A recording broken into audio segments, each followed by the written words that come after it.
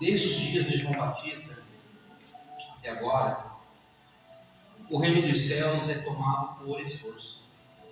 E o que se esforça se apoderam dele, porque todos os profetas e a lei profetizaram de João. Senhor nosso Deus e Pai, aqui eu quero primeiramente ao Senhor pedir perdão dos meus pecados e pedir, meu Deus, a tua graça, porque se não fosse pela sua graça, Senhor, nós não estaríamos. Mas pedimos ao Senhor que no nome de Jesus, meu Pai, acerca desta palavra que nós lemos, o Senhor possa nos trazer clareza, o Senhor possa nos trazer discernimento espiritual. Peço ao Senhor, meu Pai, humildemente, que o Senhor venha usar a minha voz, a minha mente, venha usar a minha vida, meu Pai. E que no nome de Jesus Cristo eu possa ser um canal de bênção na vida das pessoas que aqui estão. Eu possa ser o portador daquele que vai profetizar um milagre, a tua palavra, Senhor. Peço a ti, meu Deus, revele em nosso coração a tua vontade nesta tarde. No nome do Senhor Jesus. O irmão pode se assentar. Deus maravilhoso. Aleluia. Uma palavra conhecida. Eu quero aqui trazer a reflexão que Deus colocou no meu coração hoje. Quando Davi pegou com o Senhor, e o pecado moral que Davi cometeu naquele dia, Deus Davi ia ter que cumprir com as suas consequências. E a Bíblia diz, Salmo 51, versículo 12, que ele fala lá: Senhor, me conceda a alegria da tua salvação, restitui a alegria da tua salvação, me sustenta com um espírito voluntário. Davi sabia que o pecado moral ia ter consequências. Quando ele foi repreendido pelo profeta Natan disse para ele, segundo Samuel 12, versículo 10, ele disse: olha, você pecou, mas a espada jamais vai ser apartada da sua casa, porque você tomaste a mulher de Urias, você desprezou o Senhor e trouxe ela para ti como esposa. Mas o que Davi foi fazer? Davi não queria perder a alegria da salvação. Davi não queria perder a presença de Deus, sendo que no versículo 10 de Salmo 51 ele diz: crie em um coração puro. Porque ele não queria perder essa alegria, mas ele queria estar na presença de Deus. Mas esse pecado moral que ele cometeu ia trazer consequência para a vida de Davi. Mas lá no versículo 17 ele fala que o Senhor não rejeita um coração contrito e um coração arrebentado. Davi então procurou se quebrantar de Deus. Davi procurou a se colocar na brecha diante de Deus. Ele se esforçou para que ele não viesse perder essa alegria. Quantos que hoje perderam já essa alegria? Hoje, de você olhar, muitos já não têm mais essa mesma alegria da salvação. Já não buscam como antigamente. Já não estão mais na presença de Deus como antigamente, porque essa alegria já se foi embora. Já não existe mais essa alegria no coração de pessoas, sendo que hoje tem muitas pessoas fora da igreja, tem muitas pessoas afastadas dos caminhos do Senhor, tem ministério, mas já não prega mais, tem dom do louvor, mas já não louva mais, tem dom da palavra, mas já não ministra mais a palavra do Senhor, porque eles perderam essa alegria. E Davi não queria perder essa alegria. E Jesus, quando ele vai falar sobre esse assunto que nós vamos entrar agora, ele vai estar na circunvizinha, ele vai estar na cidade de Cafarnaum. Jesus vai estar ministrando alguns milagres por ali. Se nós vemos em Lucas 5,17, ele vai ministrar um milagre de que ele vai estar numa casa reunida. Vai estar cheia aquela casa, mas quando ele olha para cima do eirado, aquele paralítico, ele é posto por pessoas para chegar até Jesus, para que ele pudesse ali receber um milagre que tantos anos ele esperava. E se esforçou para isso. Ele foi em busca de Jesus para que o milagre chegasse, sendo que no versículo 24 Jesus disse para ele: a ti eu te ordeno, toma a sua cama, levanta, toma a sua cama e vai para a sua casa. Aquele homem saiu do lugar, porque ele se esforçou. Alguém ajudou ele a chegar. Alguém levou aquele paralítico para lá. Se nós olharmos em Lucas 6, versículo 6, Jesus também ministrou um milagre dentro de uma sinagoga. Quando aquele homem com aquela mão ressecada estava lá naquele culto onde Jesus ministrava, onde Jesus pregava, Jesus olha para aquele homem e diz: levanta-te, venha para o meio. Aquele homem se esforçou, ele saiu do lugar. Ele foi. E quando ele chegou no meio, Jesus falou: levanta suas mãos.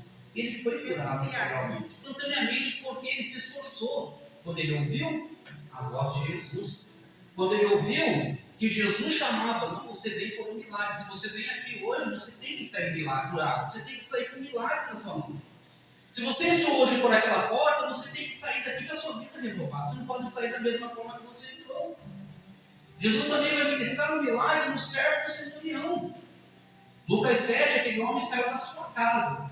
Um homem que era um general, um centurião romano. Um homem que tinha autoridade. Mas ele não achava-se digno que Jesus entrasse na sua casa.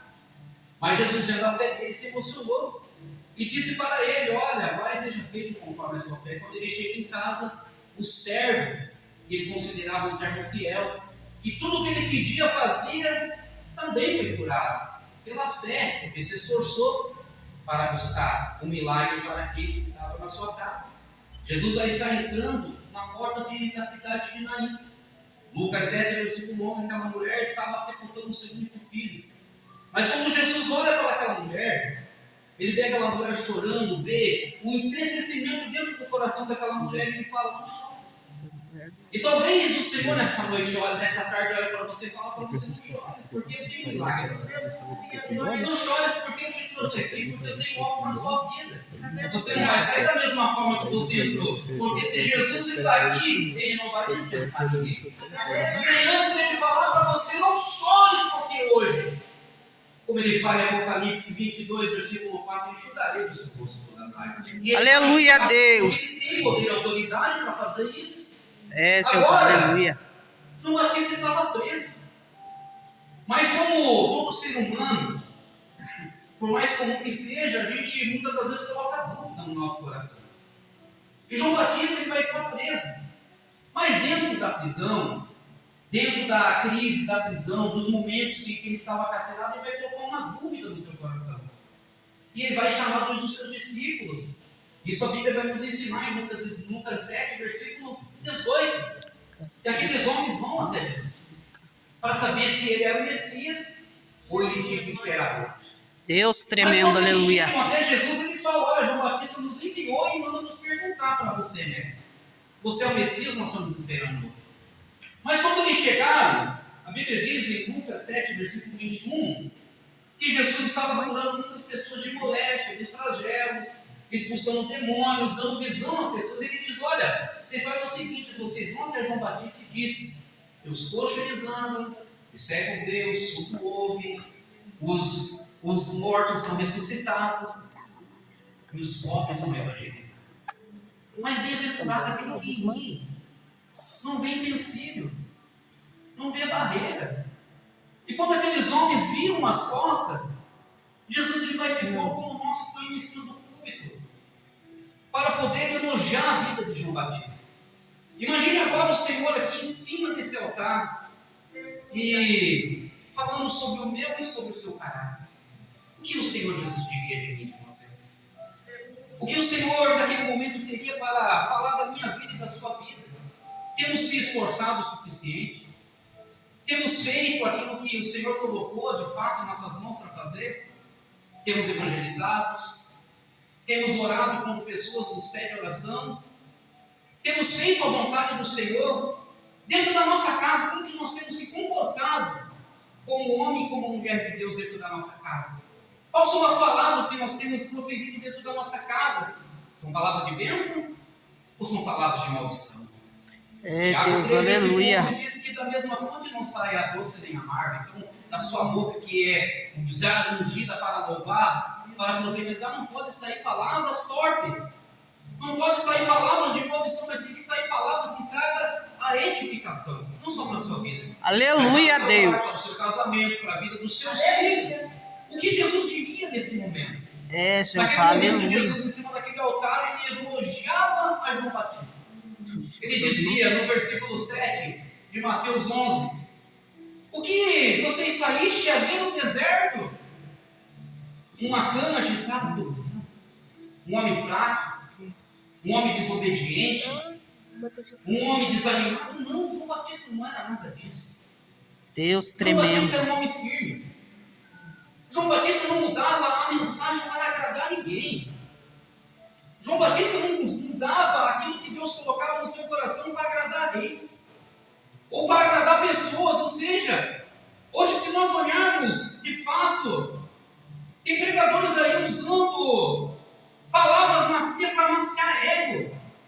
Eu prefiro ver minha igreja cheia, mas eu vou pregar somente aquilo que eles querem ouvir. Eu vou pregar bênção, eu vou pregar prosperidade. Mas a salvação onde fica? Onde fica a libertação? Onde fica a palavra de repreensão em Dom João Batista? Ele não deixava, ele não se vendia, ele não deixava os seus valores de lado para pregar aquilo que... Deus, aleluia. Levando em consideração que o profeta Malaquias, o último profeta do Velho Testamento, vai dizer no capítulo 3:1, olha, eu vou enviar um anjo diante da minha face, que vai preparar o caminho diante de mim. Então vem esse João Batista. Mas ficou 400 anos num silêncio total em Israel, que nós conhecemos, todos conhecem como um período interbíblico, que era um período onde não se havia mais profecia, onde não se havia mais palavra, não se havia quem louvasse, ou quem levasse alguma mensagem de Deus. O silêncio era total. Foram 400 anos em que o povo não tinha a quem ministrasse, não tinha profetas para profetizar, mas lá no tempo continuavam as mesmas pessoas, os mesmos sacerdotes apresentando sacrifício, fazendo tudo a mesma coisa, vivendo no conforto, vivendo na mesmice. Mas o Senhor, Ele olha do céu e vê uma mulher já de idade avançada. Capítulo 1 de Lucas, versículo 5, nós vamos ver que Zacarias ele era sacerdote. Nós vamos ver que Isabel era uma mulher de idade, mas não tinha filho, mas era filha das filhas de Arão. Então ela tinha uma linhagem, era uma linhagem de sacerdote. Aleluia, Deus. Seu marido no versículo 3 dizendo, olha, a sua oração foi ouvida e a sua mulher vai dar luz. Vai dar luz um filho, vai ser chamado João Batista. As pessoas vão se alegrar. As pessoas vão se alegrar sobre a sua vinda, porque ele vai vir no espírito de Elias. Ele vai preparar o coração de muitos, um povo disposto. Um povo disposto para o Senhor. Então, quem você saísse a ver? Um homem que se vestia com vestes reais, com vestes bonitas. Mas quem veste com vestes bonitas tem que habitar na realeza, tem que estar nos palácios. Mas João Batista não se incomodava com luxo. Para João Batista ele não se incomodava que se ele estava vestindo bem ou não. O foco de João Batista era cumprir com o chamado de Deus. Aleluia, Deus. João Batista não se preocupava e não se vendia pela vaidade, mas ele se preocupava em fazer com que aquilo que Deus havia colocado no seu coração. Se você vê no versículo 4 do capítulo 3, ele se vestia de cinto de couro, pele de carneiro e gafanhotos. Mel silvestre e gafanhoto era o alimento daquele profeta. Mas tinha o templo. Mas a palavra não estava no templo. A palavra não estava naqueles que faziam todos os dias as mesmas coisas, sacrificando. Não estava com aqueles que cutucavam 1, 2, 3. Ou vivia de mensagem de WhatsApp. Ou vivia de rede social. Não, a palavra estava onde? A palavra estava no deserto. Jesus. Talvez aquele João Batista, por ele ser uma linhagem real de sacerdote, talvez no seu pensamento, no seu coração, ele disse, não, eu vou me vestir com vestes bonitas, eu vou entrar no templo, eu vou se assentar à mesa com aqueles, mas não era a vontade de Deus que se ele, João Batista, se assentasse à mesa. Mas aonde que vem então a palavra do Senhor? Ela veio no deserto, em Mateus 3, versículo 1, quando o Senhor disse assim dessa forma, e veio uma palavra do Senhor a João Batista dizendo, arrependei-vos. Arrependei-vos. Deus tremendo, aleluia. É chegar no reino do céu. E Jesus se coloca naquele dia, acredito, em um lugar alto. E começa a falar desse João Batista. Esse homem que todos iam até ele para ser batizado. Todos iam até ele para ouvir as mensagens. Porque se hoje nós pregássemos da forma que João Batista pregava, nós já não éramos mais convidados para pregar. Se nós pregássemos como João Batista pregava, você já não era mais chamado para fazer campanha.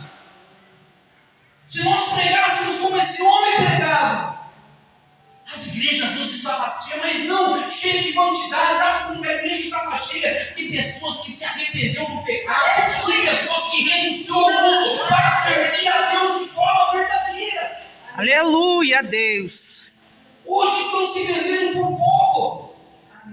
Eu quero ver a minha igreja assim, mas eu não quero que pregue a verdade. Eu quero que você amacie o ego daqueles que estão ali. Eu prefiro ver a igreja que eu congregue vazia, mas pessoas que adoram a Deus de verdade, do que estar a igreja cheia de pessoas que não estão com o coração arrependido. É, Deus, aleluia. E Jesus disse: olha, o que vocês saíram a ver? Um profeta? Muito mais que um profeta. João Batista, ele vai ser aquele profeta que vai vir para terminar com o tempo da lei, para iniciar um tempo da graça, um tempo em que o reino do céu se torna tão presente na nossa vida e que muitas das vezes pela cegueira espiritual, pela surdez espiritual, nós não percebemos o tamanho da obra que tem, o tamanho do campo missionário que tem. Quantas almas que o Senhor colocou no seu caderno, olha, a lista missionária, tantas almas ela tem que ganhar para mim.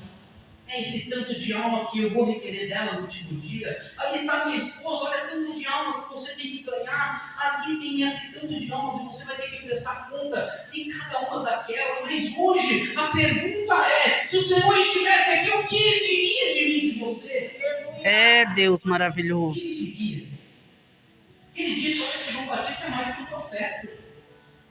Mas o maior, dentro do reino dos céus, ele fala daquele que é nascido de mulher. Esse João Batista é maior. Mas o menor é maior do que ele. Por que o menor é maior do que João Batista? Porque João Batista ele não viu a cruz. João Batista ele não viu o sangue vertendo. João Batista ele não estava em Atos dos Apóstolos 2, quando o céu se abriu, o Espírito encheu a casa.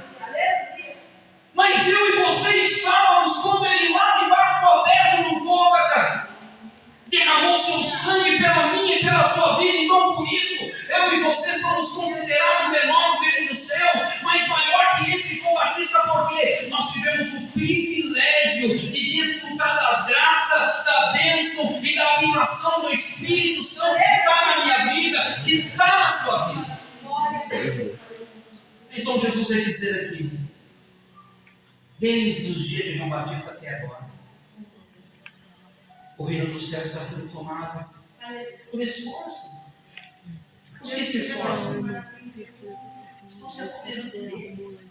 Irmãos, nós precisamos voltar à igreja dos dias de Antioquia. Nós precisamos voltar a esses dias. A Bíblia diz em Atos dos Apóstolos 1,19: a perseguição trouxe muitos para aquela cidade. Mas os que foram para aquela cidade não deixaram de pregar a Jesus, não deixaram de ensinar a Jesus. E a Bíblia diz no versículo 21 que a mão de Deus era com a vida daqueles homens e muitos se uniam. Mas por que muitos se uniam? Porque eles pregavam uma mensagem que amaciava o ego? Não. Porque eles pregavam aquilo que eles queriam ouvir? Não. Porque eles pregavam a verdade. Eles não deixavam de pregar sobre salvação. Eles não deixavam de pregar sobre libertação, sobre transformação. Era por isso que Deus era com ele e as igrejas se enchiam. Hoje as igrejas estão cheias, mas cheias somente de qualidade, mas não da presença. É, Jesus Não da maravilhoso. presença. Os dias de Antioquia foi um marco porque a igreja crescia. Muitos olhavam para aqueles discípulos e o exemplo na vida daqueles homens, ao ponto deles se achegarem a eles por causa do exemplo que eles davam como homem de Deus. O exemplo que eles seguiam. Hoje as igrejas são marcadas por escândalos. As igrejas são marcadas por pessoas que querem se aproveitar da obra, querem se aproveitar dos benefícios, mas nenhuma preocupação com a igreja. Quando o Senhor falou em Ageu, no versículo 5, ele fala: olha, renove os seus caminhos, procure a ver os seus caminhos, porque o Senhor estava falando aquilo porque estavam preocupados, o povo preocupado preocupado com muitas coisas, mas a igreja estava entrando em ruína. Ele fala: olha, a minha obra está entrando em ruína, enquanto os muitos estão se preocupando com luxo, enquanto os muitos estão se preocupando com bem-estar, estão se preocupando com o que vão fazer amanhã. A minha obra está em ruína, mas Deus ainda quer levantar homens e mulheres que preguem como João Batista, que olhem para aquele que está em pecado e diga, como disse João Batista em Mateus 3, versículo 8: produza frutos dignos de arrependimento, porque se eu e você não produzirmos hoje frutos de arrependimento, o amanhã o Senhor vai colocar em pauta, o Senhor vai requerer, o Senhor vai cobrar, o Senhor vai perguntar para você o que você fizesse no tempo em que você caminhou sobre esta terra. Deus fiel, Você fizesse a aleluia. minha obra, ou você negligenciou aquilo que eu coloquei na sua mão? Esse João Batista,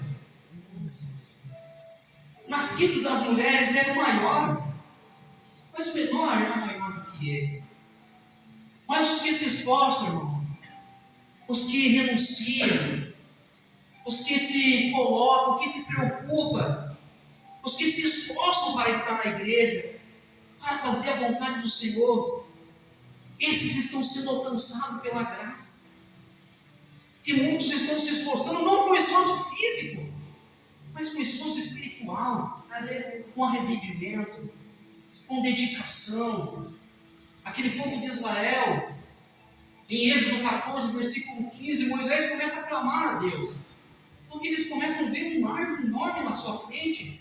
Não tinha como eles atravessar aquele mar, não tinha como eles passar para aquele outro lado.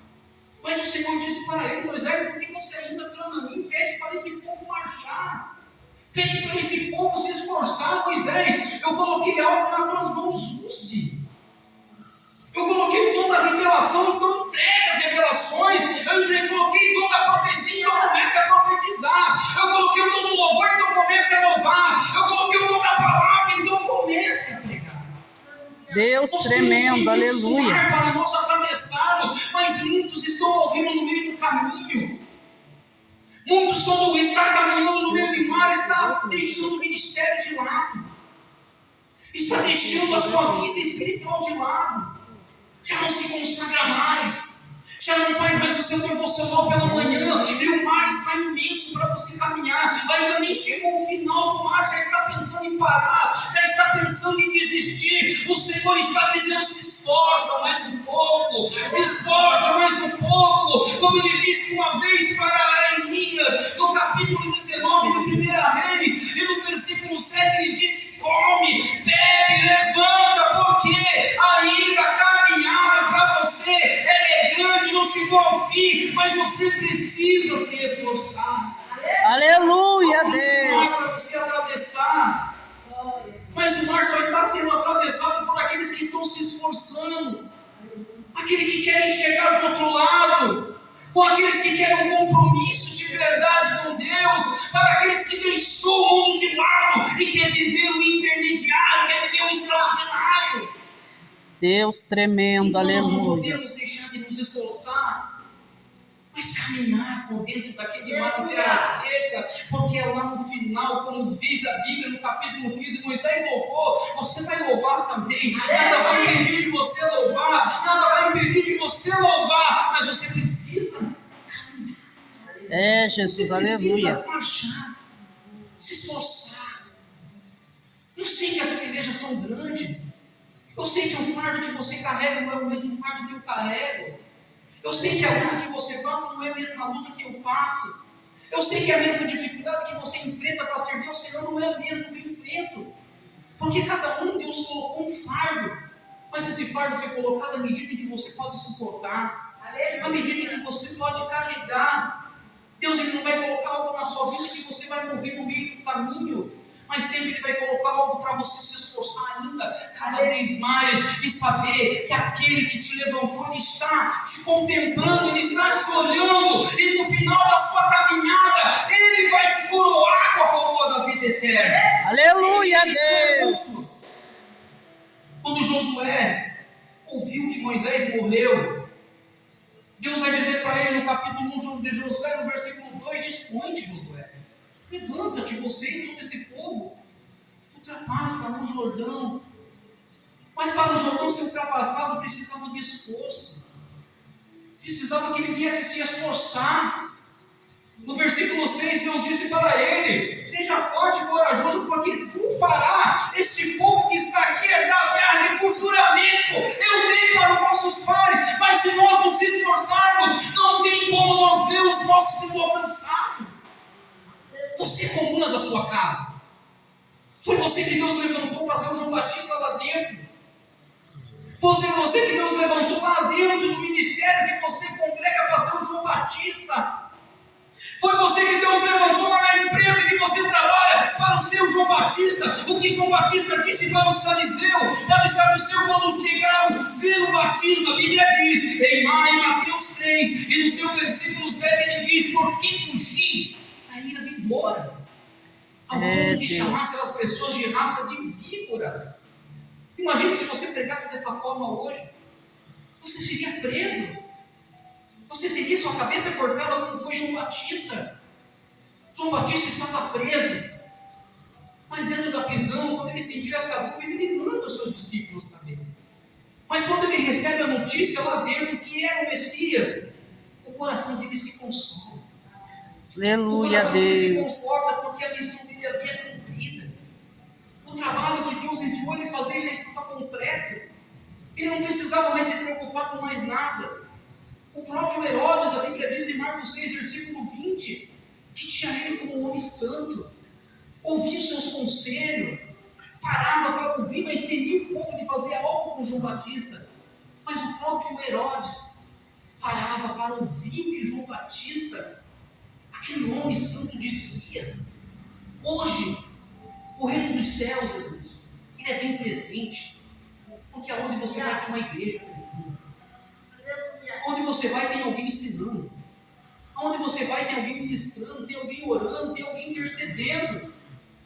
Mas Jesus foi claro, quando ele vai dizer em Mateus 21, em versículo 32, ele disse, olha, João Batista veio no caminho de justiça, pregou a verdade, ensinou o arrependimento.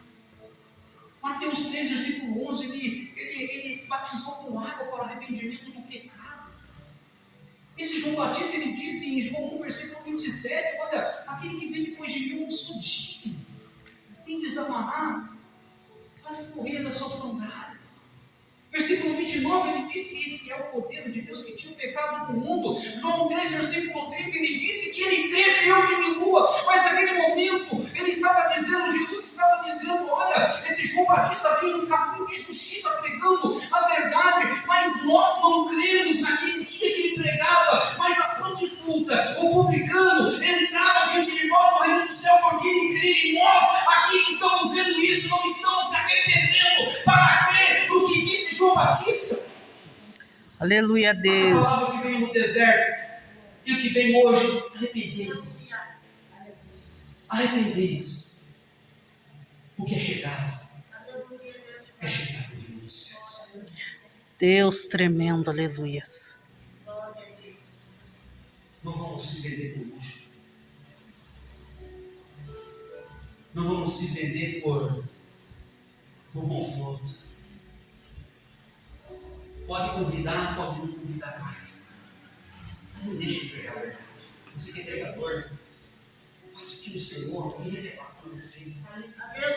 Ainda que as circunstâncias não forem favoráveis, mas eu quero dizer para você, onde você for, quem vai te usar vai ser o Senhor, vai ser o seu Espírito que foi derramado sobre a sua vida. Então, quando você abrir sua boca, lembre-se o que disse Deus em Salmos 81, versículo 10. Eu sou o Senhor, eu te tirei da terra do Egito, eu te tirei do escravação de novo, eu te tirei do pecado, eu te tirei do mundo, mas você precisa fazer o quê? Eu preciso fazer o quê? Nós precisamos abrir a nossa boca para o Senhor poder nos encher, para que o Senhor possa derramar sobre nós essa porção. Mas não mude sua mensagem. Aonde você for enviado por Deus pregar, não mude a mensagem. Porque pode até doer, mas vai sarar. pode até te machucar, mas vai te ensinar você a andar na direção de Deus. Pode vir até contra a tua expectativa, mas é a palavra que vai te mostrar, vai te moldar, vai forjar o seu caráter diante de Deus. Mas não mude só a mensagem, meu irmão. Não mude. Não mude aquilo que Deus te mandou pregar. Não importa quem esteja em cima do altar. Não importa se é pastor, se é missionário, se é presbítero, seja quem for. Não mude o que o Senhor te deu. Mas pregue a verdade. Ainda que você não venha receber mais convite. Mas não deixe de pregar a verdade. Aleluia, glória a Deus. Porque não adianta, irmãos, entrarmos numa igreja, pregar e o fogo cair. Pessoas pularem no mistério e a gente não vê entendimento. É, Deus maravilhoso. Quantas almas você viu por esses tempos aceitar Jesus? Eu sou testemunha, irmãos. Eu faz tempo que eu não vejo ninguém aceitar Jesus e permanecer. Eu faz tempo que eu não vejo uma pessoa sair do banco chorando, dobrar os joelhos e falar: hoje eu quero servir esse Jesus. Aleluia. Porque as mensagens mudaram conforme o mundo vai mudando, as mensagens estão mudando. João Batista, irmão, ele não mudava isso.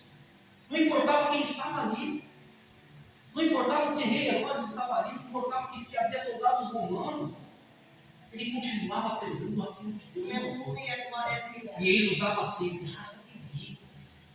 Porque dizer que vocês são filhos de Abraão e Deus pode ressuscitar dessa pedra filhos de Abraão. O machado está posto à raiz das árvores e vai ser cortada. Então aquele que não dá fruto vai ser. Mas não muda a mensagem. Bem? Amém, Mais Jesus. palavras que Deus revelou no meu coração. E se eu passar daqui, já não é mais o Espírito do céu que vai aumentar. Amém? Vamos colocar comigo aqui de pé.